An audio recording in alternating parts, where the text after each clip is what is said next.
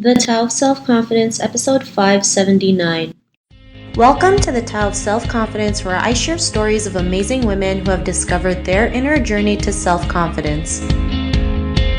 Visit our website at thetaoofselfconfidence.com. Your inner journey to self-confidence awaits. Well, hello, friend. Welcome to the Tao of Self-Confidence, where I share stories of amazing women who have discovered their inner journey to self-confidence. I'm your host today, Sheena Yap-Chan, and today I have a phenomenal lady on the show today. She's a chef turned techie, and I'm really excited to have her on and share her story with us today on self-confidence. So I'm going to introduce you to Preksha Kaparwan. Preksha, how are you today? Maybe you can fill in a little bit more about yourself to the listeners.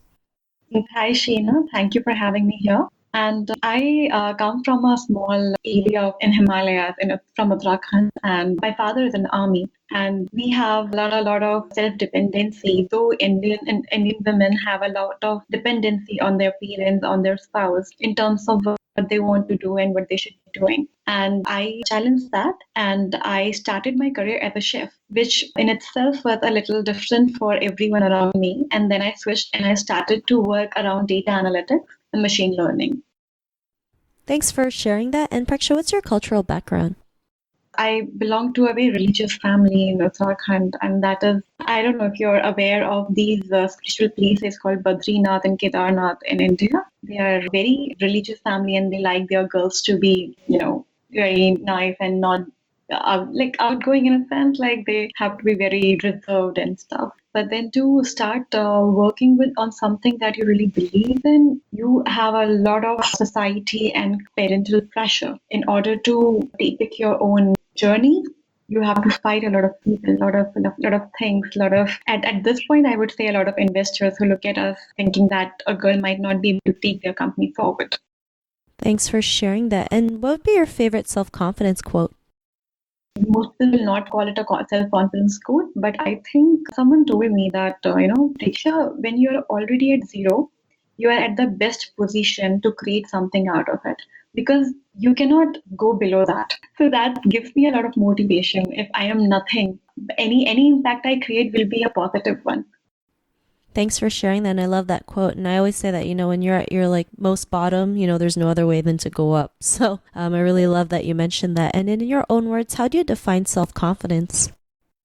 I think being self-confident is believing in your idea, believing that what you're doing or what you're capable of doing is worth doing. Because a lot of people will come and tell you that, you shouldn't be doing this or this would not happen. But knowing that you don't need anyone's validation to see that how you can learn something, how you can find a path, I think that is the biggest confidence anyone can have. Thanks for sharing that great definition. And Preksha, what was your life like before your discovery of self-confidence? I live when I speak very fast, okay, and it became that would bring a huge communication gap, and I used to feel that no one wants to talk to me because people would ask me to repeat stuff and they would not hear my idea because most of the time when you are a very sharp kid, people think that whatever she's saying or any smart kid is saying is actually it has no basis of it. They just feel that for mostly I think this happens for entrepreneurs that they think beyond where everyone is looking at, so they have a vision. So when we used to talk to my friends and my family, I used to see that gap that they don't understand me and I do not know how to explain it to them. But then I met this just one person who had a vision greater than mine. And when I saw that gap happening in his vision and mine, and I tried to push myself to understand that vision, I realized that that's what has been happening so far. And then I realized that I don't need to explain things to anyone. So that was one moment where I realized that, okay, I'm self sufficient. I don't need anyone understanding what I'm trying to say. All I have to do is just go ahead and pursue it, do it. Thanks for sharing that. And sometimes when we do certain things, we just feel like, people, like you mentioned, won't understand us, but not everybody has to understand us, right? We just go out there and do what we love and, do what we can to live our dreams. Yes, more time explaining it to someone, more we will feel like that it's not worth it. Yeah, totally. And, what was that point in your life when you realized, you can be, who you wanted to be or be the person that you are today, especially, having a career change from being a chef to a techie? What was that aha moment? Yeah, I don't think there was a specific moment when I felt like, okay, now this is not what I'm going to do, and I'm going to be here or like in data analytics or a techie. There was a period of time where I was very lost. I did not know what to do because I just kept feeling that whatever I start doing at this point will have a learning curve. I was very happy as a chef, but that was mostly back of the house, and I realized that like the group of people I work with, they do not have a vision towards technology, and I wanted the entire environment to be more technology friendly, more advanced, better. Maybe I was not at a good place where I could see things happening in a better way. So I moved out of there, and I had this couple of months when I did not know what I want to do. So I started to study a lot of books, started to study religion, study technology, study geography to just to figure out where my interest lies. And for at that time, I was nowhere. So whichever place I would go to, and I'll have to start from scratch. So I was like, whatever I want to do, I can just pick. And then I picked technology, and I started to learn little bit designing, little bit coding, and then I ended up talking to such amazing companies, such amazing people that I realized that this is my calling.